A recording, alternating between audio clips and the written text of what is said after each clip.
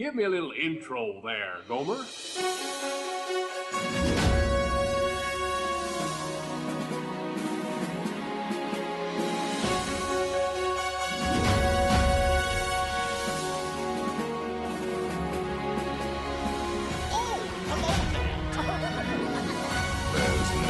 turning back now. Let's put on the show.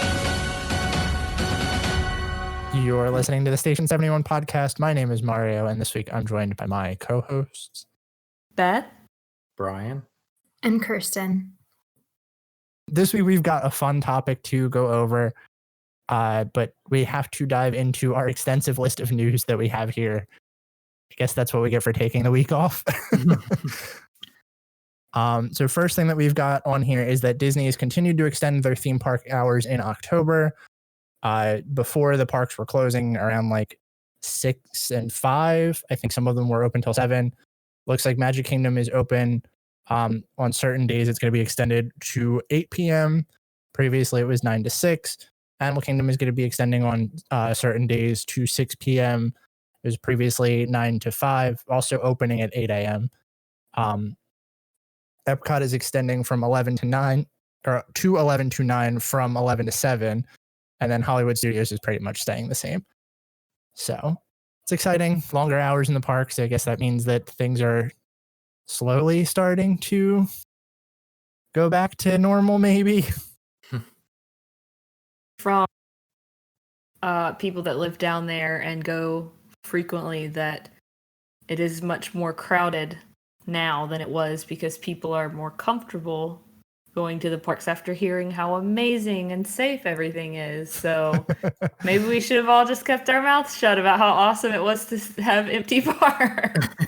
I feel like it'll have like a big spike in how busy they are, and that's probably why these extended hours started to come out. But I think it'll probably start to die down once everyone gets to like go back out, do their thing, and then hopefully it dies down. I just hope that they don't reduce any of the measures that they had been taking because of some false sense of security. Yeah. I mean, to be clear, we don't have a vaccine. Things are not better than they were 6 months ago. Yeah. Well, another, I guess, sense of normalcy thing that we've got on here is that characters are starting to return to Chef Mickey's along with some new food items. This is kind of cool because we know that they previously had pulled a lot of the character dining options. And I think we discussed before about the Christmas character dining. So it looks like they're starting to kind of slowly phase that back in. Now, Which is this is the first cool. restaurant to get it back? So there was one restaurant, I believe at Riviera, that had character dining. It was distanced, like they didn't come and stop at your table. They just walked by every so often. And then at Hollywood Studios, I believe they started doing the Halloween dine, like character meal. Yeah. So I think this is the third character meal that's come back. That sounds about right. I know we talked about I think it was either the Halloween or Christmas one. You may be right about that being Halloween. That they were starting to roll that out, and then they also had another one at one of the resorts. But it's nice that they're starting to do this because I guess that means that they're getting a little more comfortable with the distanced character dining, I guess is what they're going to do. Yeah. Which I think this is a relatively harmless inclusion. One thing I do kind of hope stays after this whole pandemic thing is the buffets being turned into like family styles. Because that's a thing that's on here about Chef Mickey's. The menu items are going to be debuted as like an all-you-can-eat family style feast instead of buffet offerings, which is really nice. You don't have to get up. And then these new food items look pretty good too. I don't know if you guys got a chance to look at them. Also, this means that it's fresher. Yes, that definitely is a big plus. Yeah, I hope that stays as well. I imagine that eventually they'll probably get back to actual buffets because that's cheaper, but at least for the foreseeable future. Yeah. Mhm. Yeah. So another food-related news item, we have a first look at the donuts from the upcoming Everglazed donut shop at Disney Springs. This is exactly what we thought they were going to be. They're big and over-the-top Oh donuts. my god, these things look so good. They I do know, look my really mouth started good. watering. If I am viewing this correctly, it looks like they have one with fruity pebbles on the top of it. Mhm. Yes. Yeah. Oh man. I'm With I excited. would eat any Definitely. of the ones on this picture. Any and all. I mean, the Oreo and Reese's ones are calling my name. Ooh, They that both look Reese's really good. Ooh. Is that a Yeah. s'mores one? Oh my god, it is. There's like toasted marshmallows on it. This place is gonna be popular for sure. Yeah. Well, the Voodoo Donuts in City Walk. Universal, yeah, that's really popular from what I've heard. This So, is their competition. yeah, I mean, I wouldn't be surprised if that's what it was. I like that there's someone here that look like they're just like plain old donuts, and then right next to them is this big over the top donut with like candy pieces on top. Yeah, go to a place like this and just get like a plain donut. Me. Yeah. But my donut thing is similar to my M&M thing, so we probably just shouldn't even go into that.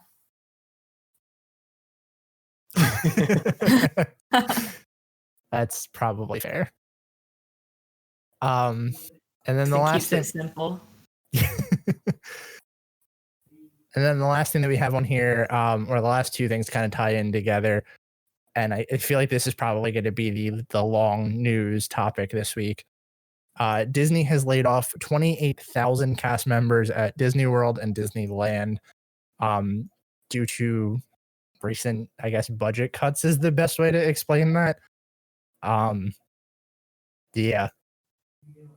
I feel like we try to keep it relatively positive on this podcast, but I just want to go out and say that my heart goes out to all of these cast members that got laid off, because I feel like this was the wrong way to go. Like, Yeah.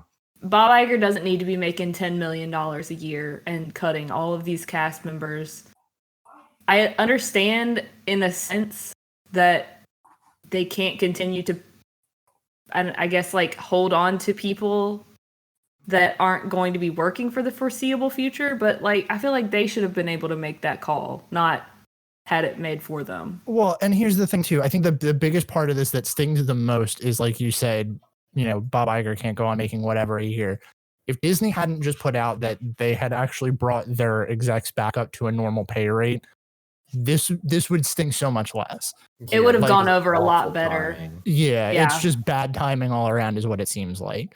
And I get it, because like you said, a lot of the cast members that can't work, or they specifically can't bring them back yet, it doesn't make sense to keeping them on, I guess, unemployment, or keeping them hanging around. But like, there's a lot of things that could have just happened a lot better. But the main blow, of course, is all of the big, quote unquote, big name. I The feel like cast entertainment members, options. obviously all cast members create magic, and I'm not trying to, I guess, belittle them by saying this, but the fact that they cut all of the Streetmosphere recently, and then they cut the Grand Floridian Orchestra, and then they cut Yeehaw Bob, that was the final straw for me.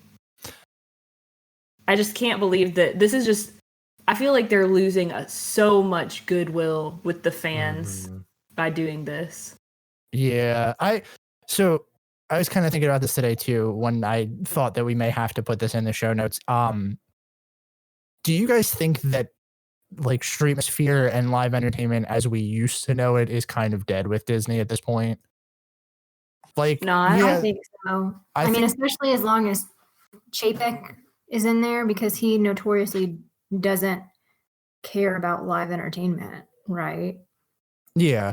And I think So- part of where I'm coming from with this is, like, I feel like he's probably the right person to be driving this ship right now, because his bottom line is money, not people. And that's kind of what they need right now. And I know that somebody's going to get mad at me for saying that. No, But I mean, it makes sense. But at the same time, you don't have money without people. No, and I definitely don't agree with the decisions being made. But if you look at it from a company, obviously you want somebody that's gonna keep it afloat. That being Right. Like, said, like, yeah, this is not good, and for like longevity, I think this is gonna hurt a lot. The yeah. problem I feel like is that Chapek is like an evil Roy, and he doesn't have a Walt to balance him out. Well, and I think that that's kind of like the unfortunate thing, right? Like, you want somebody that's going to be a visionary and is going to, invent new things and make the parks or the company just an all around new and exciting place. That's why we like a lot of these things, is because Disney is kind of like the staple of the theme park world. But at the same time, now isn't the time to be doing that, because they would go horribly broke if they were putting out all of these really expensive rides. And I get it. I think, right now, this is the right person to be in that position. But it doesn't mean that I think that in the end, he's going to be the best person to run this company. Yeah, a lot of it seems kind of short-sighted. It's easy to look at the big e-ticket attractions and say, "Oh, this new one draws X amount of people in." And you can't really do that with Streetmosphere, but at the same time, it's creating like, that sense of enjoyment. It's going to keep people coming back. Yeah, and What I think sets there Disney are. apart? Yeah. Well, and I think there's a few things that are untouchable, like Dapper Dans. You can't really get rid of those because. Can you imagine if they had cut the Dapper Dans too? Right, that's what I mean. Like, if they cut the Dapper Dans, that's one of those things that like even people like. Obviously, okay, we know Yeehaw Bob, we know like the Grand Floridian Orchestra, but like the average Disney guest, the once in a lifetime guest, they're more likely to know something like the Dapper Dans, or even maybe to a lesser extent the Voices of Liberty. That's probably more of a niche thing too. But like, look at the cuts from Epcot that they did right before the pandemic. A lot of those aren't really things that like specifically draw people in, but I think the Dans are probably pretty high up there on like the Streetmosphere ladder. But my thing is that if you get rid of the live entertainment and Streetmosphere, then that's just going to make lines longer and people grumpier, because I totally agree in the sense that, Mariachi Cobre is not, people aren't going to Epcot to see them, but if they're playing and they happen to walk by, a lot of people will just stop and listen for a few minutes, and that delays them getting in line for Frozen Ever After. You know what I mean? And it's like creates a chain effect. For me, the Grand Floridian Orchestra is like on the same level as the Dapper Dans. Like, I just feel like, especially when you're talking about the resorts, you're already paying so much. You're paying such a premium to stay at any Disney resort. And like their top tier resorts are not comparable to, an actual luxury hotel. Like, it's not like the Grand Floridian is nice, but it's not like the Ritz. And to me, like, that's one of those things that like you're paying a premium for. And like I sent a strongly worded email, and that's before I found out about the Yeehaw Bob and the Luau people that they got cut too. But I sent an email like, this makes me not even want to stay there, to be quite honest. And that's a really good point too, because if you look at the premium of like on property versus off property, a lot of the on property resorts don't have any kind of entertainment now. They're all pretty much gone. And for what you get, you're pretty much now only in the Disney bubble. You have the transportation, yes, but the transportation when compared to like driving or even some of the off-property resorts that have shuttles, it's not really as extensive as like it could be. It feels like there's, the premium is lessening. Yeah, and even just like, why stay in a deluxe resort when you could stay in a moderate for cheaper, because there's no draw other than it's a little bit nicer. Like, people aren't going to see that as a value. The fact that it's, I don't know, 10 square feet bigger or whatever. They're going to be like, oh, well, they don't have any entertainment now. Like, people definitely would go and stay at Port Orleans because they want to go at the end of the day and watch Yeehaw Bob perform and not have to worry about figuring out the transportation in between. Like, there are people who are not going to stay there because they're like, well, I'd pay the extra, I'll just stay at a value or stay at a cheaper whatever, moderate, or like you said, off property. And I know that this is kind of like not the obviously this is probably why a lot of these entertainments are going, but like we're not staying at Port Orleans on our next trip. Like we've always stayed there, and like I would love to go back and see Yeehaw Bob, but now I have no reason to visit that resort if I'm not staying there. Literally. Like, and obviously the entertainment doesn't always equate to revenue, but at the same time you have, Yeehaw Bob is a good example because he played in the River Roost. So obviously having somebody playing there, having someone in the lounge is going to generate drinks, going to generate appetizers. Like there are little things that add up for that cost. But now what's the draw for the River Roost? There really isn't one. It's any other bar now. Yeah. And even then it's not themed to the resort. Like there are better resort bars. And it's kind of a shame, especially in this case, because there isn't a draw for that specific location. The specific draw for that location was the person that you got rid of. Right. Speaking of which, we have a petition for Yeehaw Bob. If you'd like to sign it, just Google Yeehaw Bob petition, and it's the most popular one.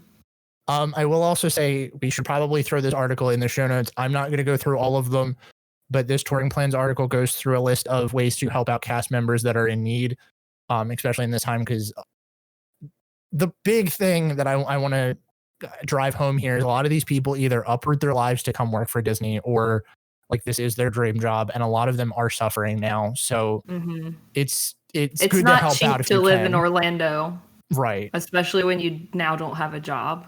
Yeah, and it's definitely a scary time because it's not just I'm going to have my job back when this is all over. Most of these people are not coming back, or will have to reapply.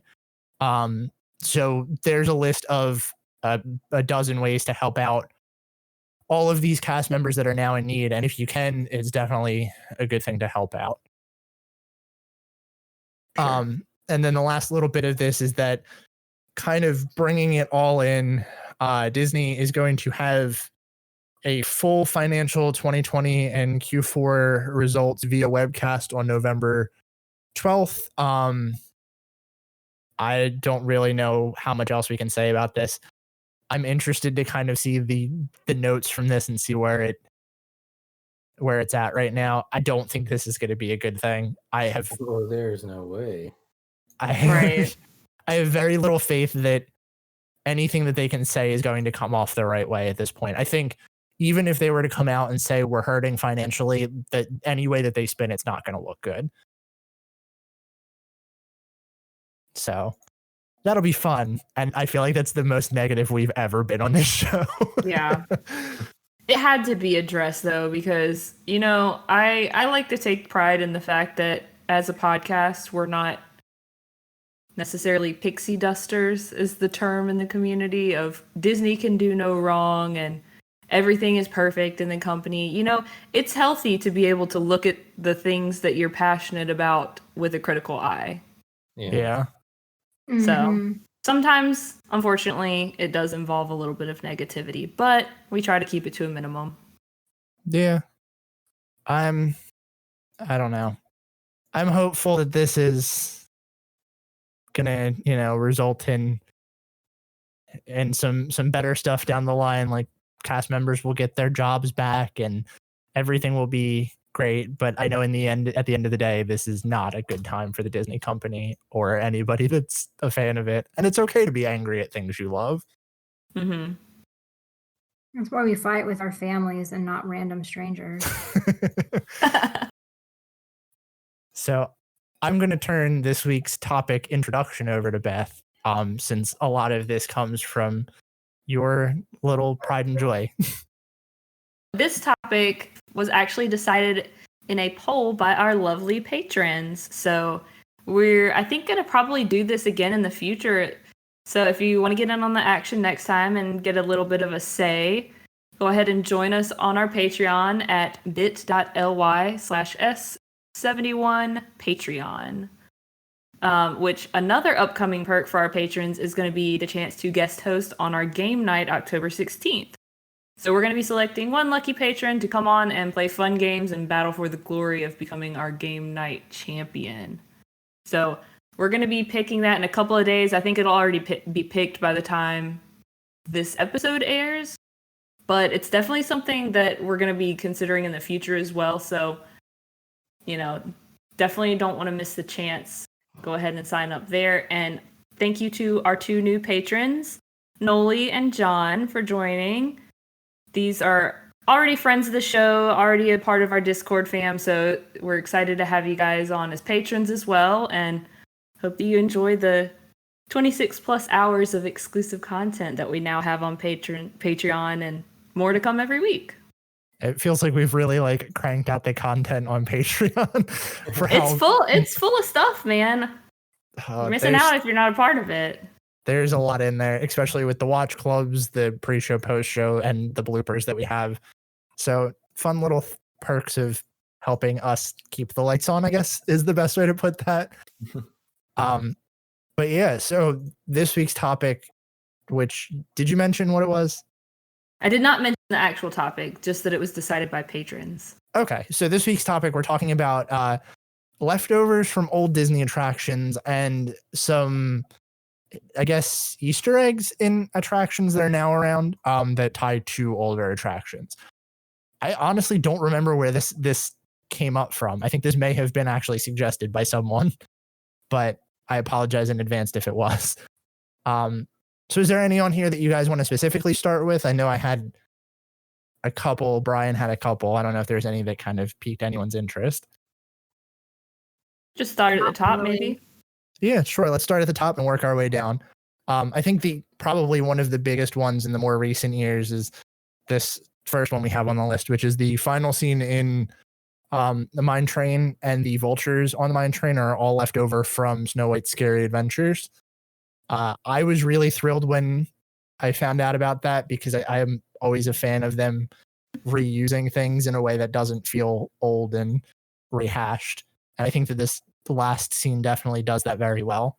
See, okay, I was curious about how you guys feel about this one, because I always love when there's little kind of Easter eggy things like this in the attractions, but at the same time, these animatronics look so out of place in this attraction to me.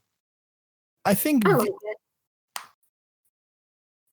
I think the only reason I don't really hate it is because it doesn't need to be big. Like, if they were the only animatronics on the attraction, I feel like it would feel a lot more hokey than it does. Yeah. This is one of those things where, if you're not really paying that much attention, they kind of blend in okay, because they're inside of a building that you're parked outside of. So you still have that layer of distance between it.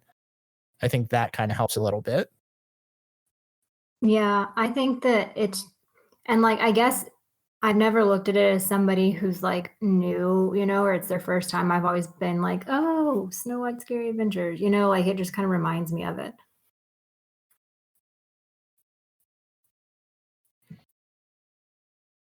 So another one that I have on here too is probably another more famous one.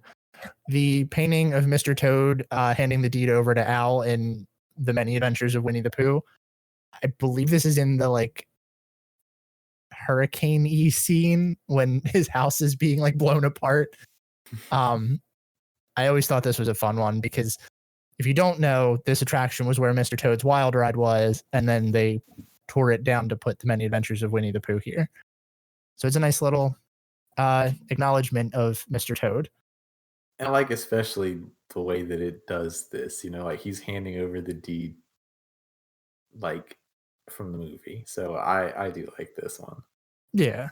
Also, for some inexplicable reason, as a kid, Mr. Toad's Wild Ride was my favorite ride at Disney. So I especially like this one. Wait, That's a really movie? interesting ride to be your favorite as a child. Yeah, well, the whole thing from Wind in the Willows, or The Adventures of Ichabod and Mr. Toad, is that he's the deed to Toad Hall or Toad Manor, whichever it is, gets kind of stolen from him, and they have to go get it back. So, kind of. I don't think I've ever actually allusion seen to the it. movie. I Yeah, just I haven't happened to either. watch it again over the weekend, so it's kind of fresh in my mind too. I feel like it's been a while since I've seen it. I feel like I should probably go back and... It's a good little half of a Halloween movie if you ever want to check it out. Wasn't the other half of that movie Legend of Sleepy Hollow? Yep. Which is fine. Not a full Halloween movie. Well, that one's it's half of it, so yeah. Looking back, it's very odd watching this, the two stories that they chose to include together, but that's a topic for a different day.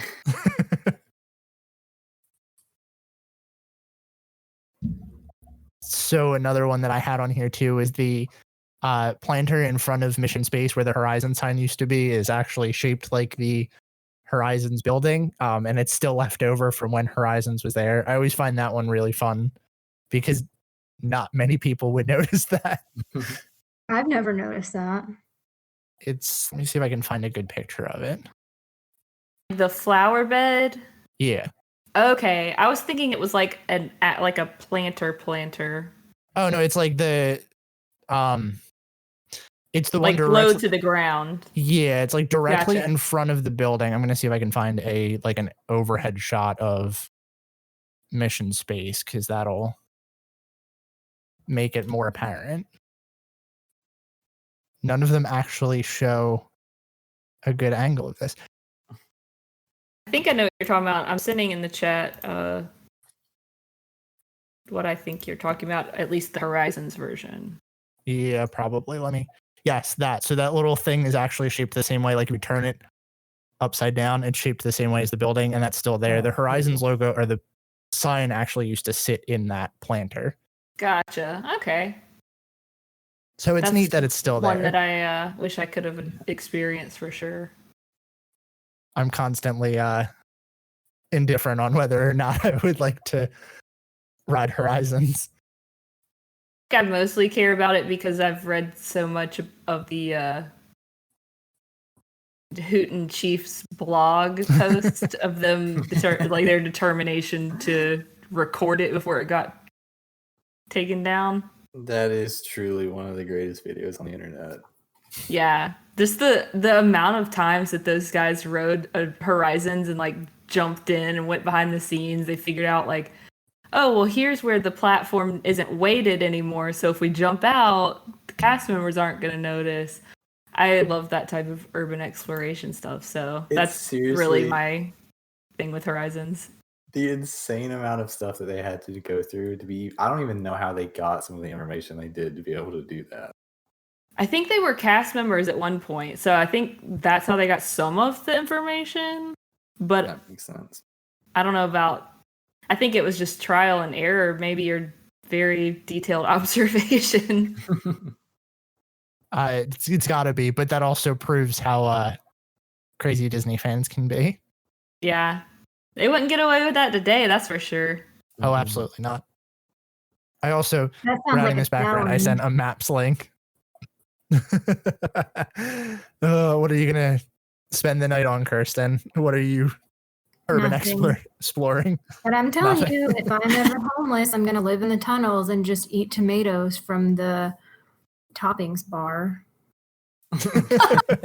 I'm serious. Oh, man. It's like the perfect, hello, you get all the tomatoes you want, place to sleep, and you can go to Disney World every day. I hate tomatoes. That would not be ideal for me. But the rest would be fine.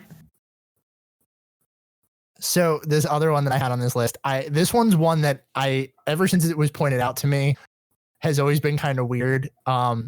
The sign for Buzz Lightyear Space Ranger spin above the building is actually the same sign as the Delta Dreamflight sign, just repainted. That makes me wonder if that's an Easter egg or if they're just being cheap. Okay, you've seen the sign, right? Like the old Delta Dreamflight sign. I have a picture of it. I can send both of them. Because I don't know if, like, offhand, I really remember what it looks like. Oh, wow. There's no way that they did that intentionally. Like, it's definitely... Wow. We had this sign and we needed to fill the space. There's no way that's an Easter egg. Now that is a good nowadays, way to cut costs. That is a good example of how you can save money. The funny thing about this is, like, I don't hate it because it is a nice way for them to, like, oh, it's the old Delta Dreamflight sign. Like, it's nice to see that and be like, oh yeah, that's what that was at one point. but it's also not really noticeable. Yeah. Though at the same time, I bet that like in this day and age, they could like auction off one of the old attraction signs for enough money to be able to pay for a new one. Oh, That I'm is sure. true. Yeah. Why do that though when you can just sell it to an antique mall? So what you're saying is you would buy one of these signs and hang it up in your dining room. Oh, Did gosh, y'all no. see? I bet y'all didn't see this because I think I saw it in a Facebook group for previous college programmers, but they were also selling in lots on Craigslist the twin beds from the college program residences, Wow. which Ew. I'd never thought about That's- before, but yeah. now I can't believe I slept on that. Oh, God. Yeah. I lived in a dorm my freshman year of college, and that gives me the heebie-jeebies to think about now. Yeah. No. Did they Nope. use the like plastic mattresses? Yeah. There might still be I some distinctly remember that. on Craigslist if you need furnishings for your home. Oh no, You're that's close okay. enough to pick them up. What would Brian use a twin bed for? I don't know. Maybe Jordan Maybe gets he's got mad a at him guest room. sometimes. I was about to say, him and Jordan are like 50s housewife and husband. They sleep in separate Oh. beds.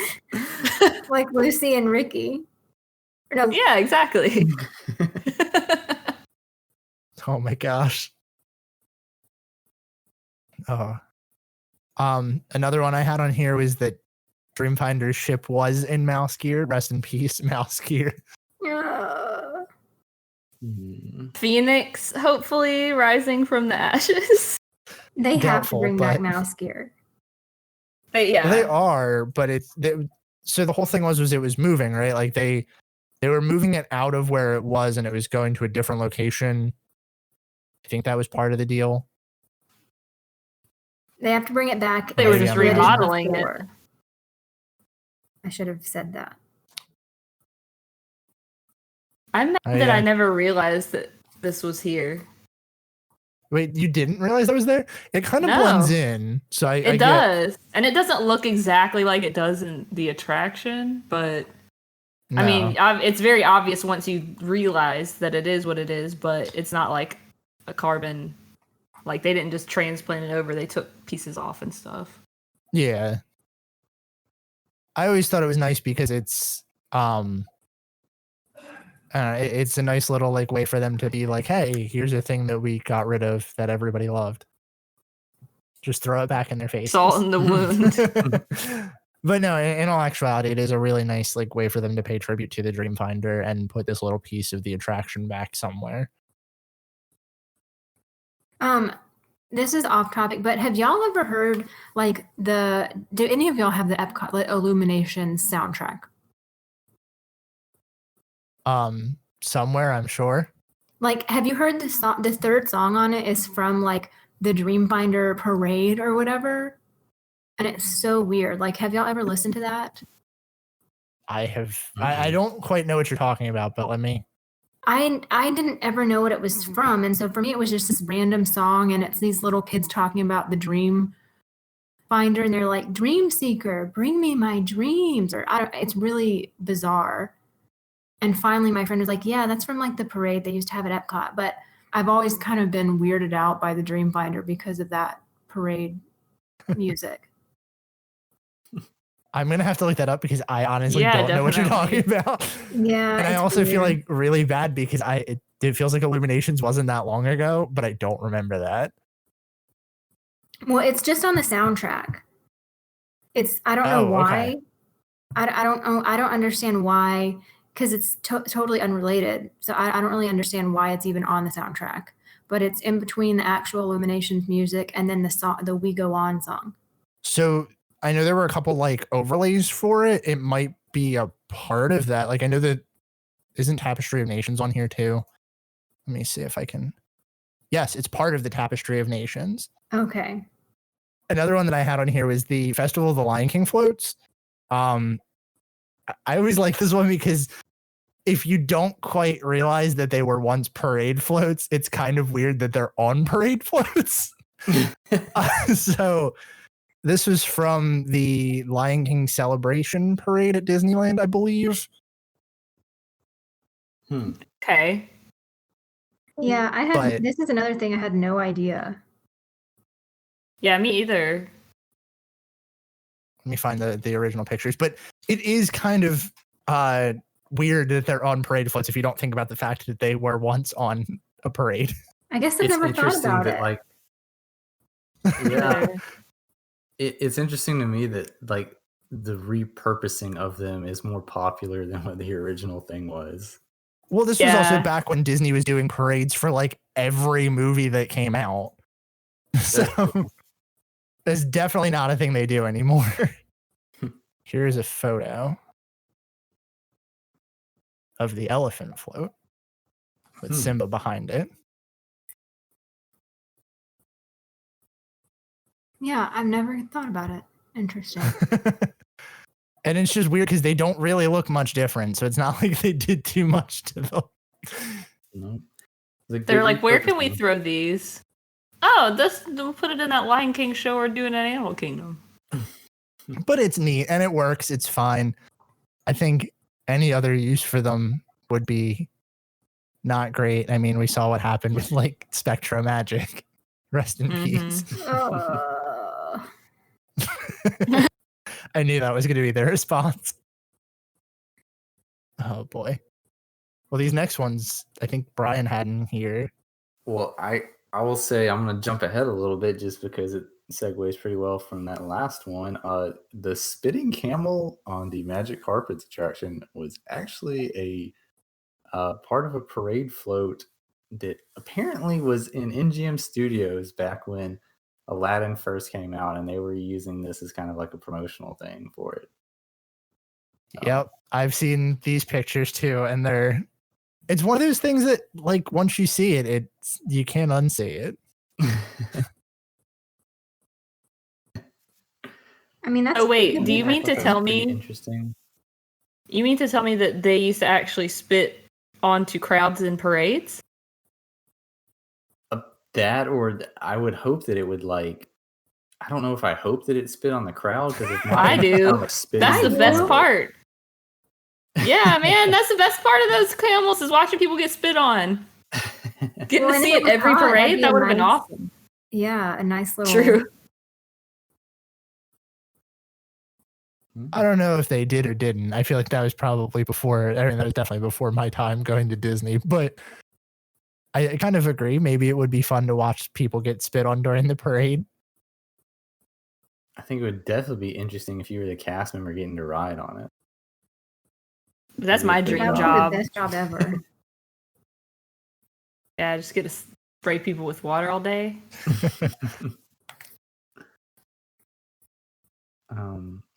I have another quick 1-2 punch here from the now extinct attraction America Sings. I think a lot of people know that the animatronics, a lot of them were reused pretty much as is in the finale of Splash Mountain when they're singing Zippity Doo Dah.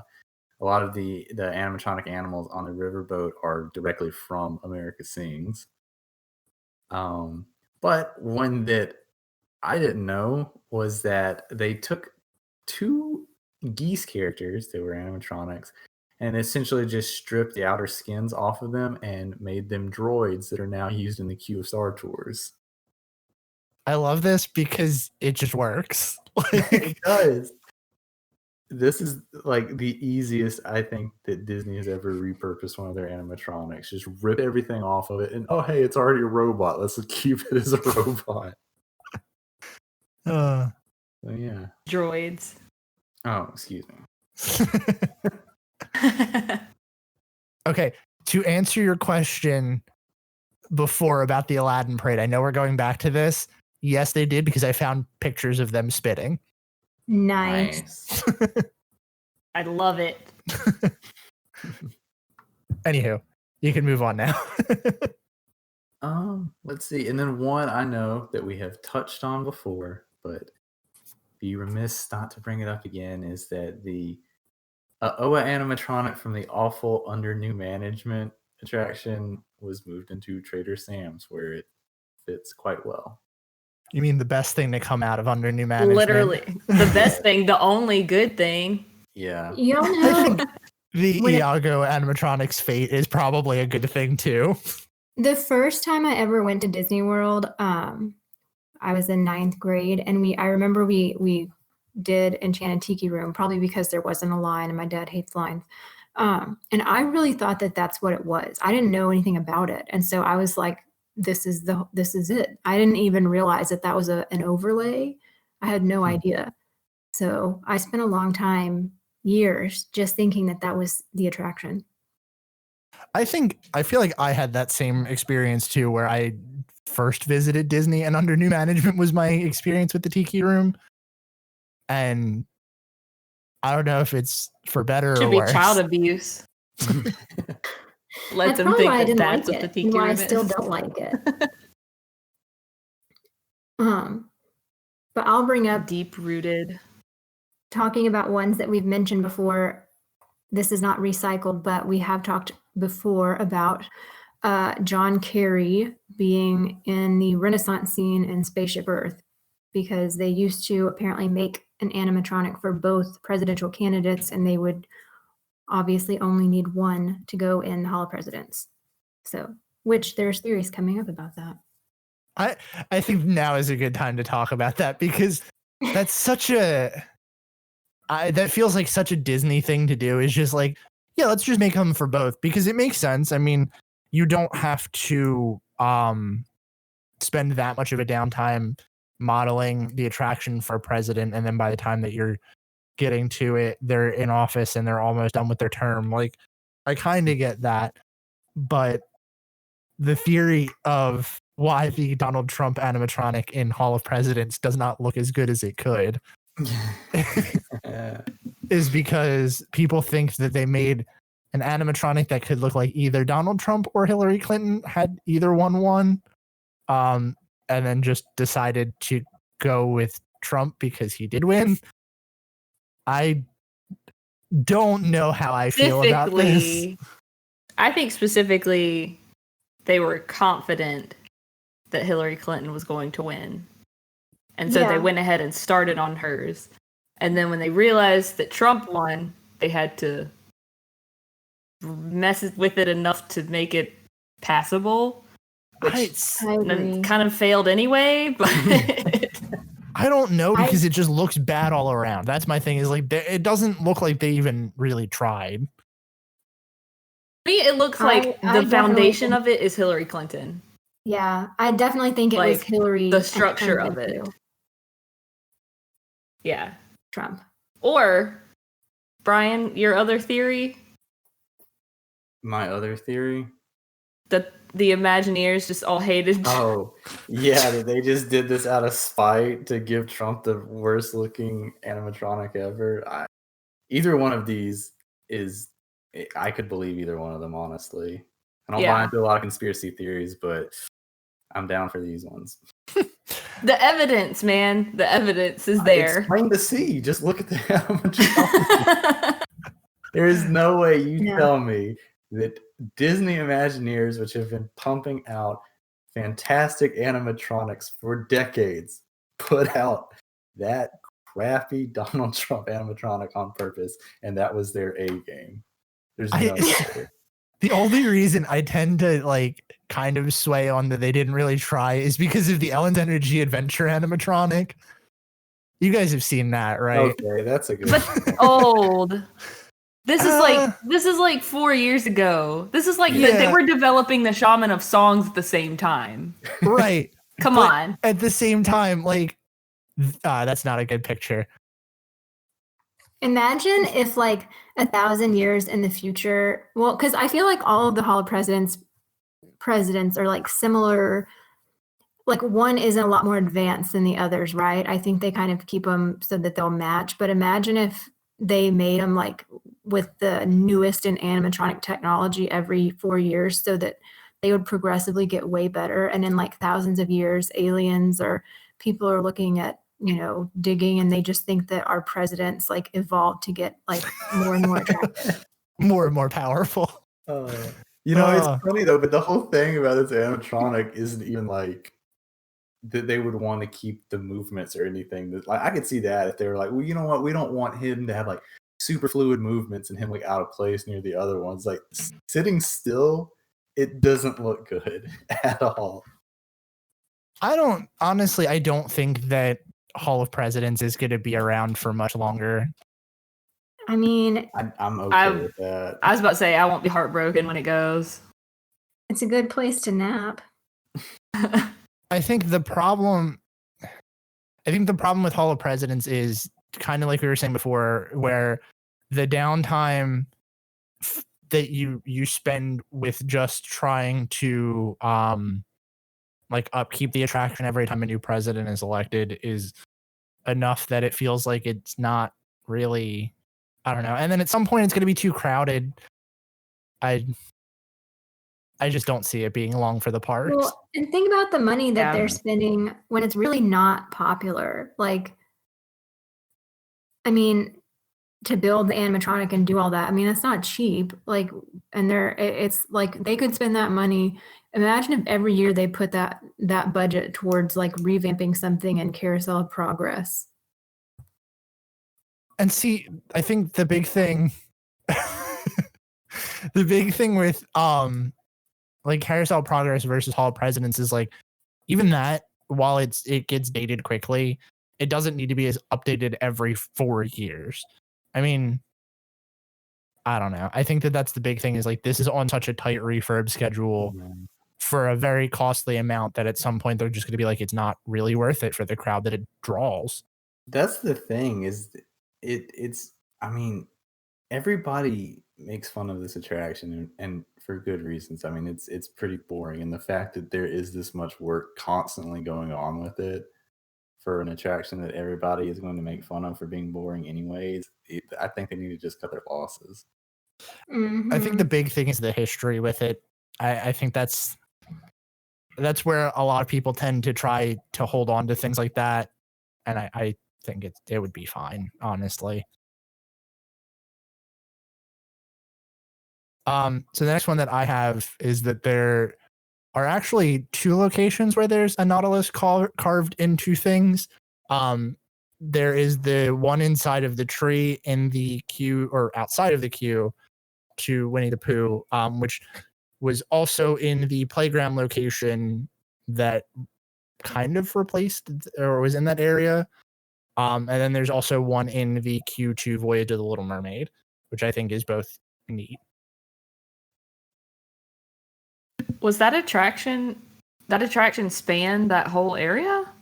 So the playground, the tree was actually over more where like kind of where Seven Dwarfs is, because it used to be like a playground area that wasn't a part of the queue, but then when they sized it down for New Fantasyland, they moved the tree over to the entrance.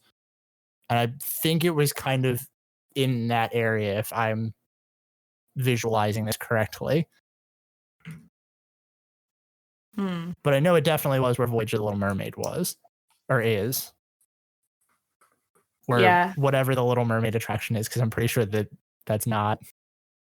Isn't Magic Kingdom's Journey not Voyage? I don't know. It's Ariel's Undersea Voyage, right? Adventure or something. Yeah.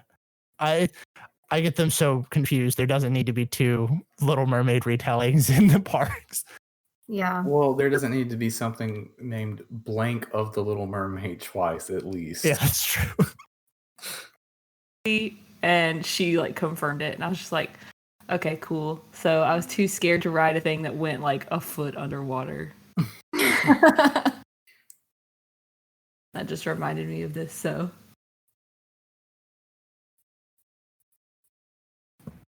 yeah, I feel like that was kind of a common thing with that, because a lot of people thought it actually went underwater when it didn't.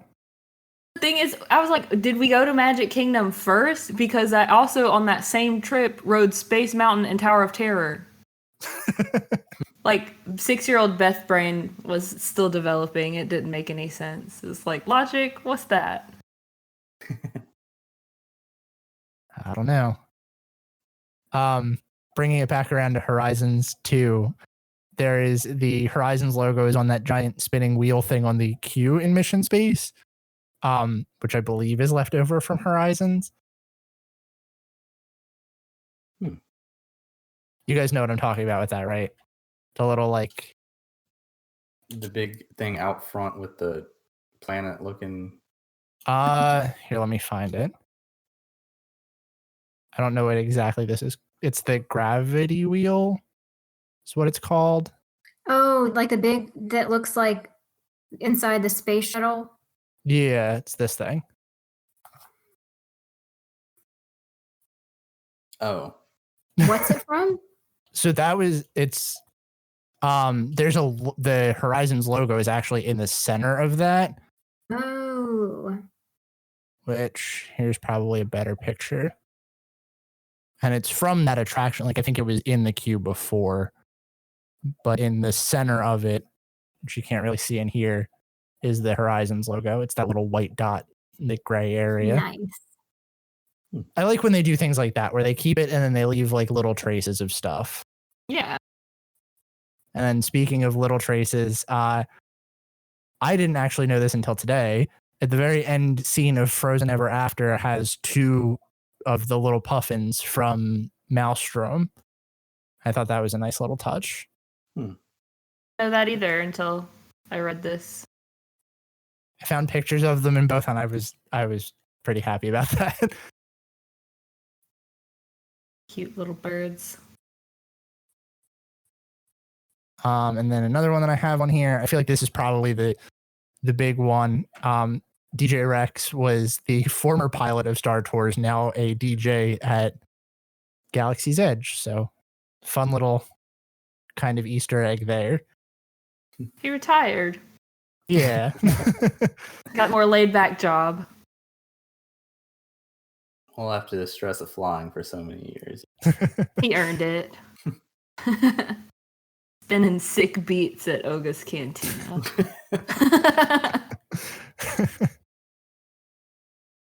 Another one we've talked about too is the door in Journey into Imagination, labeled Dean Finder, which is fairly straightforward. It's a little Easter egg for the Dream Finder.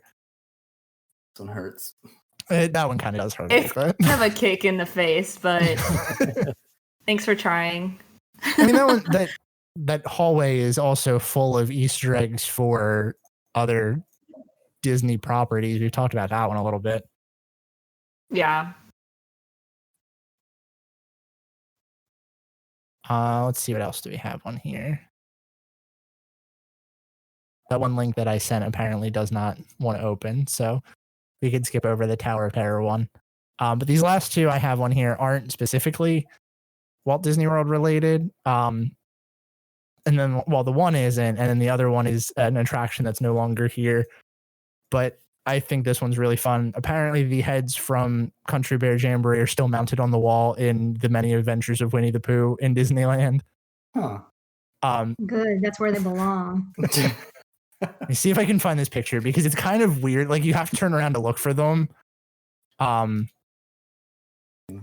That's one that's like crammed in there. Yeah. To me, it's one of those things where it feels like if it wasn't intentional, why did you do it? Yeah. Or like, were you just too lazy? This one's probably better sized. Yeah. It's one of those things where it's like, why would you leave that there when you could have taken it out? That was a load bearing wall, and they were just like, it's got to stay. It's possible. Could you imagine not knowing that they were there and then just turning around on the attraction because you thought you missed something and seeing that? That was But it's also, place?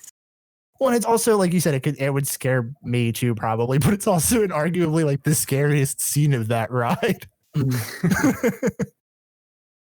Oh, but then the last one that I have on here is that Skippy from Stitch's Great Escape, the pre-show, was the same alien. Well, Skippy and Sir were both in Alien Encounters pre-show, and they kind of just left them there.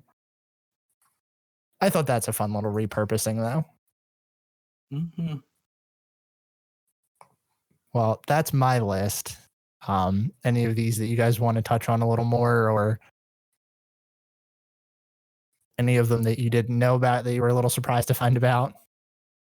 So I was scrolling down this website that I think Brian put for a couple of his and saw this popsicle sticks from a Bug's Land in California. Apparently, popsicle stick benches in Toy Story Land at Hollywood Studios and even Hong Kong Disneyland were from a Bug's Land Oh, that's kind of neat. in California Adventure. Hmm. Interesting. Neato. That's one thing. Like the little things that they do like that, where it's something like like you said, the popsicle sticks. That's not something I would ever think that they would reuse. So it's neat when they do stuff like that. But then you have stuff like Brian said with the America Sings animatronics, where they just strip them of their skin and put them in Star Tours. Well, If there was an animatronic of you, where would you want it to be? that's a good question, and I don't have an answer for it. Part of me wants to say like Haunted Mansion, but I feel like that's a little morbid. Wait, what's the question? I don't know what's happening. If there was an animatronic of you somewhere on Disney property, where would you want it to be? Oh. Did you actually say that out loud? Yes. Yeah. I did not hear it. Oh, that's weird. That's so weird. I was so confused as to what you guys were talking about. I was like, what's happening? I've never Okay. thought about this until this very moment, but I think I would want it to be in one of the windows up high where Tower Terror opens, so it would scare people every now and then. Like have it pop That's out. good. Because there's like the different windows, so you would never know if it was your first time. Is there gonna like a girl gonna pop out at me whenever this window opens? That is a good one. I want to be in the background of the new Princess and the Frog attraction. Good one. Another good one would probably be like a backup pirate on Pirates of the Caribbean. Mm-hmm. Ooh, the pirate with the leg hair, the human hair. It's a very specific one to want to be. I want to be a fairy pirate.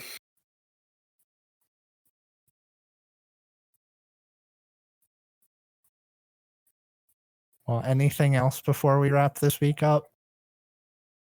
Well, so one thing that I was thinking about was that I feel like there is obviously going to be some kind of throwback like this on the updated Splash Mountain when it gets changed. And I'm curious as to what y'all think that might be. I don't think there's any way they don't have some kind of throwback to it on there. Well, I see why they would get rid of the riverboat. They can incorporate that pretty easily. So I feel like that could be a big one.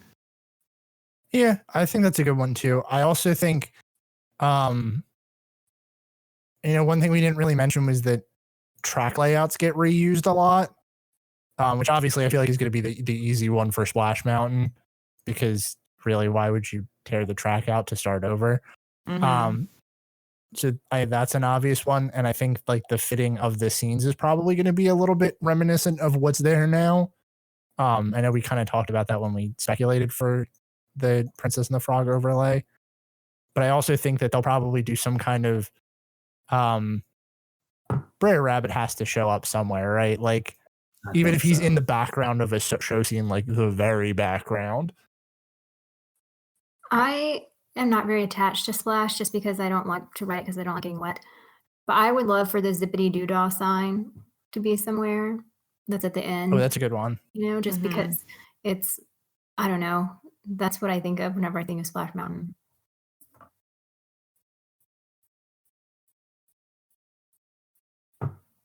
Or here's a good one. If they have a bayou scene, which because they have to, of course they do, there could be like a carving of Brer Rabbit, Brer Fox, and Brer Bear in one of the trees. That would be an easy one. Yeah, that'd be a really subtle one to throw in there. I feel like we see that, and like we have seen stuff like that before too, so it's not totally in left field. Mm-hmm. But I do think the riverboat is probably the big one that'll Yeah, stay. classic. Or if they have like some sort of Mardi Gras costumes, maybe some of the costumes that people are wearing will be throwbacks to characters in Splash Mountain. It's a good one. Now, question: if they did reuse the riverboat, how would you want them to reuse it? Do you have a specific idea in mind, or just Well, keep it there obviously, Lewis has got to be playing his trumpet on it, right? I think a great way to end it, would be like having him just play like a jazz rendition of Zippity Doo Dah on That'd it. be at the end. great. Yeah. That would be good. Yeah. I love that. Disney, are you listening?